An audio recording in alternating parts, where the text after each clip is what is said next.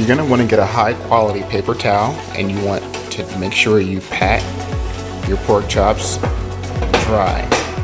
You want a good crust, a great sear, you gotta have dry chops. When you're done, you should have some beautiful seasoned pork chops, just like this. Waiting to come up to room temperature, and then we are going to move on to our next step, preparing our sides, as well as the apple bacon gravy. For our first side, we've got gourmet extra sweet corn that's already been shucked and silked. It needs to be opened and rinsed and dried off and ready for our herbs and spices. We've got our garlic salt, garlic powder, minced garlic, parsley, paprika, and butter, because everything is better with butter. And wait till you see what we're gonna do with this corn. Y'all. What we're doing here is taking this butter and massaging it into the crevices of every kernel. That'll really make this corn get your life work. Got my trusty, amazing assistant handing the camera because I only have 2 hands. You know, YouTube problems. We're growing. So now that I've got my corn buttered and laid out, we're ready to season them up. If you're asking yourself, why is there aluminum foil down here? Trust and believe, you'll understand in just a moment. We're gonna start off with the garlic powder. I don't have any exact measurements for this, but we are just gonna pour till the spirit says to stop. Won't it do it? Next up, we're gonna move on to our garlic salt.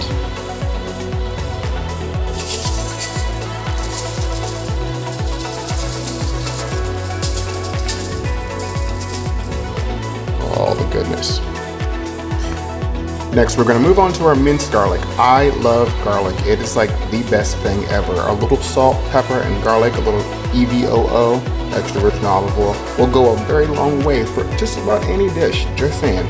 We're gonna add about a half a teaspoon to every single one of these ears of corn. Once your garlic's applied, just take your back end of the butter knife and, just ease on down the road like you're in the whiz.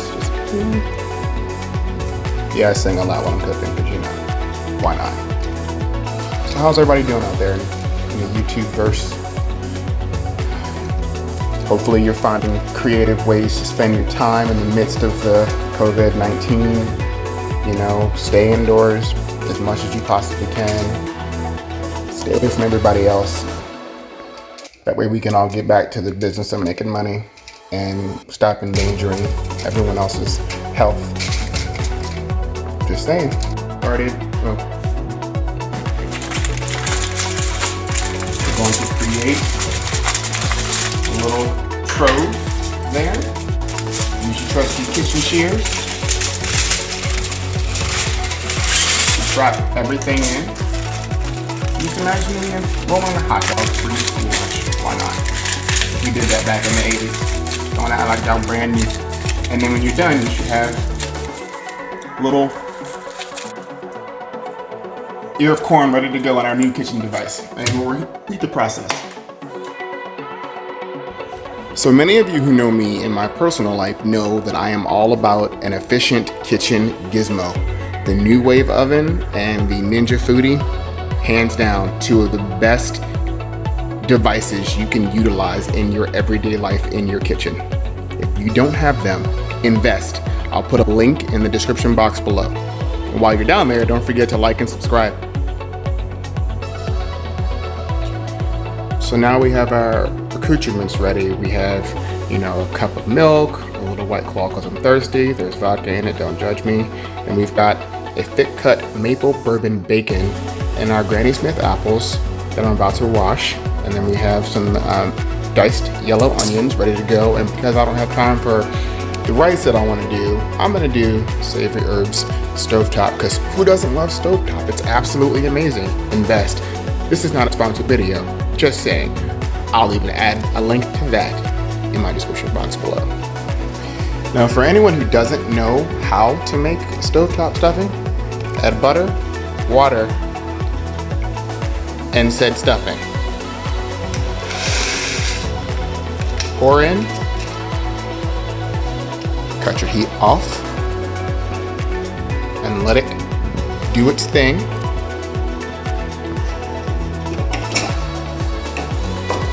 heat, the moisture, everything will blend together decadently. Oh, it smells so good already.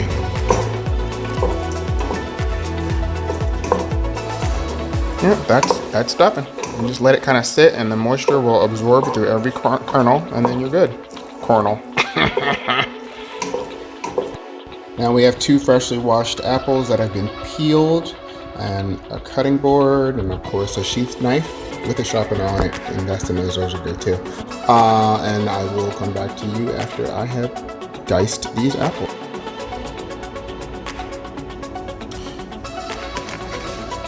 So we're going to continue slicing up our apples, and then we're going to move on to a dice from there.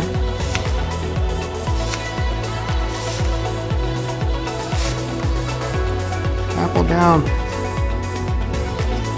If you can, remember to keep your fingers curved, like mine should have been in the last slice of apple. That way you don't, mess around and actually hack off a knuckle.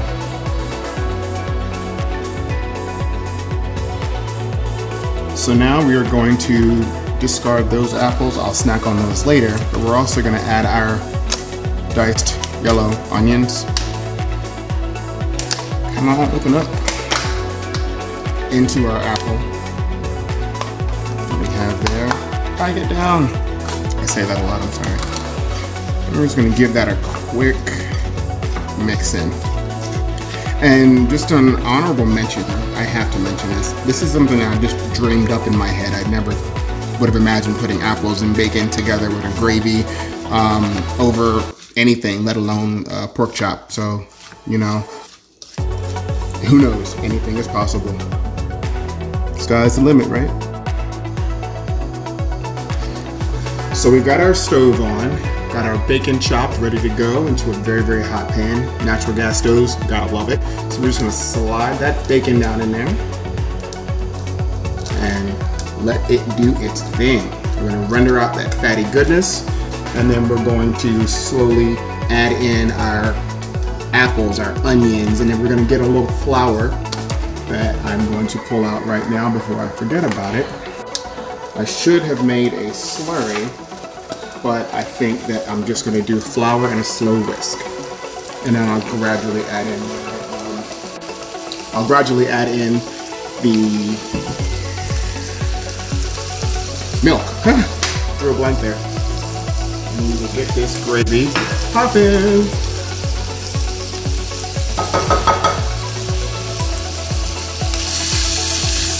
Break that up now. So go ahead and get this bacon good rendering. Let it do its thing. Just get this extra light there. Gonna render out all that good fat. All the bacony goodness. Heat down just a little bit. I would like to not be singed at the end of this experience. And we'll come back as soon as this is all rendered out and ready to add on our next steps. So now after your bacon has started to more than render, you have more than enough fat to do all the things that you really want to do to make this gravy pop. We're going to add in our apples and onions. And then you're going to reduce your heat down to medium-low. And give this baby time to really come together. Let the onions become translucent, let the apples tenderize and absorb all the salty goodness, amazing amount of bacon, because everything's better with bacon. And then we'll move on to the next steps of this gravy. That's good enough.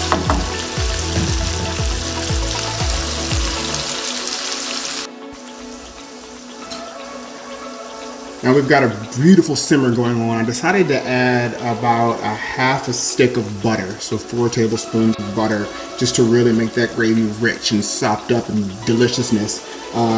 Someone else's words, not mine. But I'm gonna let this do its thing, let the apples become tender, let them release their natural juices and render down to all that fatty goodness, and then we're gonna add a little bit of our flour before we move on to the next steps, and we're gonna get ready to get these pork chops, which are now at room temp, ready to go. So here we've changed burners. I've got my Dutch oven over here next to my soon-to-be gravy heating up, and we're going to add in our flour, unseasoned, just regular Pillsbury's Best.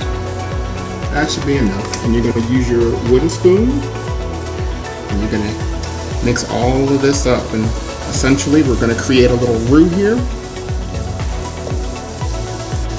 that will get nice and thick.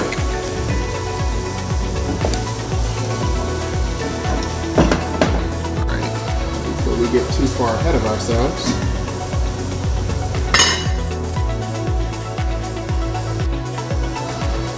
now we're about to add in our room temperature pork chops. We're gonna go down. I'm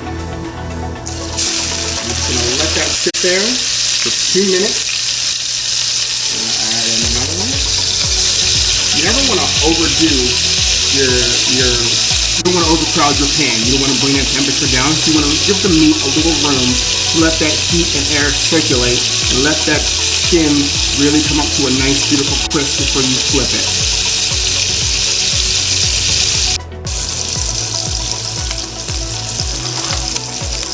We're going to go ahead and flip this. And if we've done it correctly, we should have a beautiful,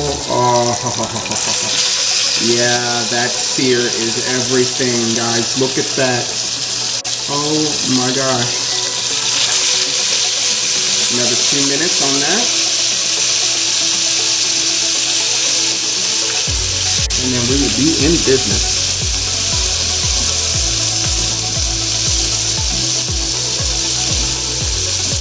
You're going to want to cook your pork chop to an internal temperature of 145 degrees. We're going to take it off. I'm going to try to take mine off at 135 and let the carryover temperature bring it up to temp so we don't risk the possibility of drying out. We're going to come back over here, put those tongs back.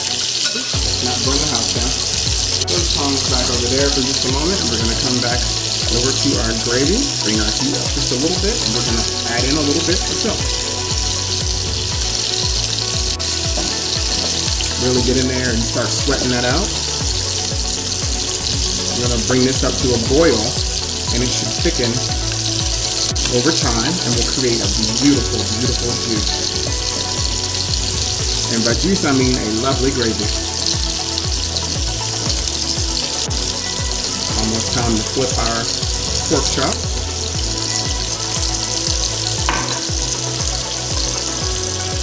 Come back to this in just a moment. Multitasking in this kitchen. So this is our apple bacon gravy. All good to go, beautiful consistency. I've tested it. You always want to test your food, folks. You want to make sure that if it needs salt, add some salt. If it needs pepper, add some pepper. Whatever it needs, if you have it, add it. Nothing worse than bland food. Now once your pork chops are done, you remove them from the fire. Your gravy is setting up here next to you. It looks beautiful. I pulled them off at about 135 degrees. I'm going to cover them with this foil so the carryover heat could continue to cook them up to temp, maybe a little beyond, and it won't dry them out. That's a pro chef tip that I got from a chef that I'm very close friends with. Yeah, so we'll come back to these in just a moment, and then we will get into the nitty-gritty. These babies look so beautiful. That one right there has got my name on it right there. Oh yeah. And here we have it, folks. A little taste of my imagination.